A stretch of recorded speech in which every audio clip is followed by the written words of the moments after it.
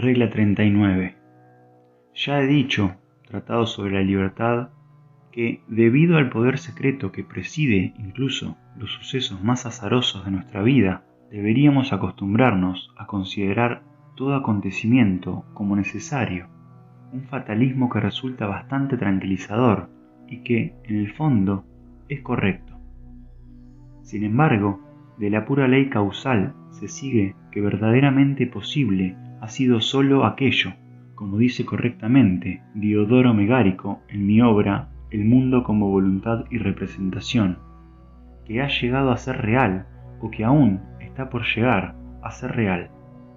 Pero el campo de la posibilidad sólo aparece en parte tanto más grande que el de la realidad, porque el concepto abarca de un solo golpe toda una infinidad, mientras que el tiempo infinito en el cual aquella se realiza no puede sernos dado, por lo cual no podemos abarcar todo el campo de la realidad, que es infinito como el tiempo, y por eso nos parece más pequeño.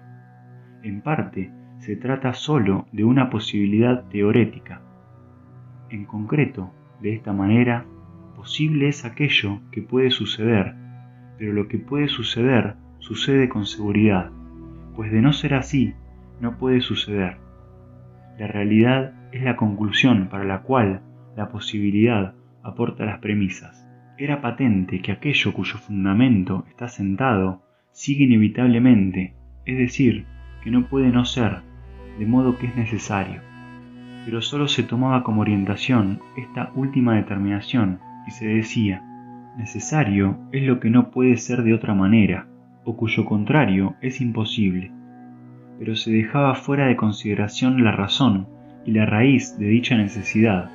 Se pasaba por alto la relatividad de toda necesidad que resultaba de ello, construyendo así la ficción totalmente impensable de algo absolutamente necesario, es decir, de un algo cuya existencia sería tan imprescindible como el efecto de una causa, pero sin ser, de hecho, efecto de una causa, por lo cual no dependería de nada.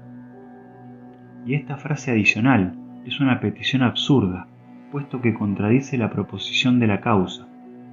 Partiendo de esta ficción y diametralmente en contra de la verdad, se declaraba como lo contingente precisamente todo aquello que estaba sentado por una causa, por considerar la relatividad de su necesidad, a la que se comparaba con aquella necesidad absoluta, totalmente absurda y contradictoria en su concepto. Kant mantiene esta determinación radicalmente equivocada de lo contingente y le da como explicación crítica de la razón pura.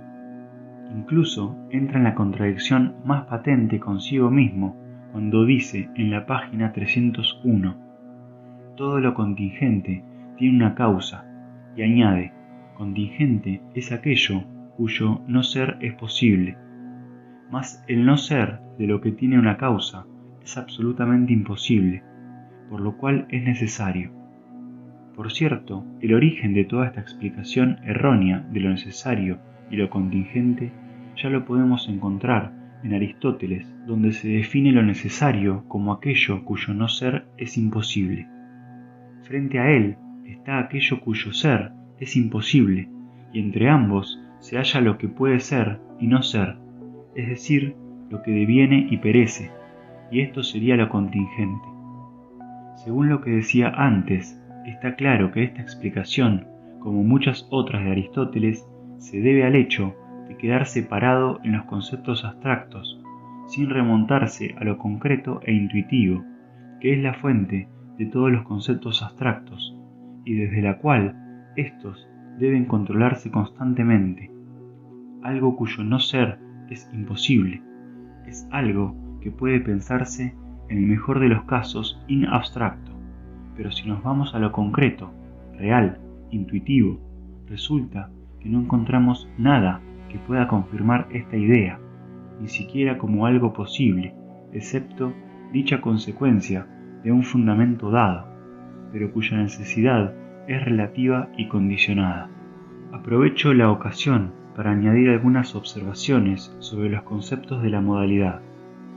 Puesto que toda necesidad se basa en la proposición del fundamento, y por eso mismo es relativa, resulta que, originariamente y en su último significado, todos los juicios apodícticos son hipotéticos. Solo se convierten en categóricos con la añadidura de una minor asertoría, o sea, en la proposición conclusiva. Si esta minor queda aún sin determinar, y si se expresa esta indeterminación, nos encontramos con un juicio problemático. Lo que, en general, como regla, es apodíctico, una ley natural, siempre puede ser solo problemático con respecto a un caso singular, porque primero debe darse realmente la condición que pone el caso bajo la regla, y a la inversa, lo que es necesario, apodíctico, en particular como tal, cada cambio en particular, necesario por su causa, de hecho y expresado en general, es a su vez solo problemático, puesto que la causa que se ha producido solo afecta el caso singular, mientras que el juicio apodíctico, y siempre hipotético, solo enuncia leyes generales y nunca se refiere inmediatamente a casos singulares. La razón de ello reside en el hecho de que lo posible solo existe en el campo de la reflexión y para la razón, en cambio lo real en el campo de la intuición y para el entendimiento, lo necesario para ambos. De hecho, la diferencia entre necesario, real y posible solo existe in abstracto y conceptualmente. En el mundo real, en cambio, los tres coinciden en uno mismo, porque todos los acaecimientos se producen necesariamente, ya que acontecen por causas que, a su vez, tienen causas. De modo que todos los acaecimientos del mundo, tanto grandes como pequeños, son una concatenación estricta de lo que acaece necesariamente. Conforme a ello, todo lo real es al mismo tiempo necesario, y no hay diferencia entre realidad y necesidad en el mundo fáctico, ni tampoco entre realidad y posibilidad, porque lo no acaecido, es decir, lo no realmente devenido, no era posible, puesto que las causas, sin las cuales no pudo acaecer en absoluto, tampoco acaecieron ellas mismas, ni pudieron acaecer en la gran concatenación de las causas, de modo que era algo imposible. En consecuencia, todo proceso es o necesario o bien imposible. Sin embargo, todo esto solo vale para el mundo real empírico, o sea, para el conjunto de las cosas singulares, de lo totalmente singular como tal.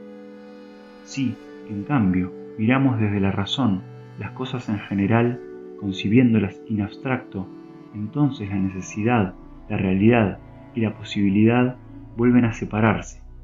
Reconocemos como posible, en general, todo lo que corresponde a las leyes a priori que pertenecen a nuestro intelecto, o sea, lo que conforme a las leyes empíricas de la naturaleza es posible en este mundo, aunque nunca ha llegado a ser real, de modo que distinguimos claramente lo posible de lo real. Aunque lo real en sí mismo también es siempre necesario, solo lo concibe como tal quien conoce su causa. Aparte de esta, es y se llama lo contingente. Esta observación también nos brinda la llave para aquella disputa sobre la posibilidad entre el megárico Diodoro y el estoico Crisipo, a la que Cicerón expone en el libro de Fato. Diodoro dice: solo lo que llega a ser real ha sido posible, y todo lo real también es necesario. En cambio, Crisipo dice: mucho es posible que nunca llega a ser real, porque solo lo necesario llega a ser real. Podemos aclararnos esto de la siguiente manera.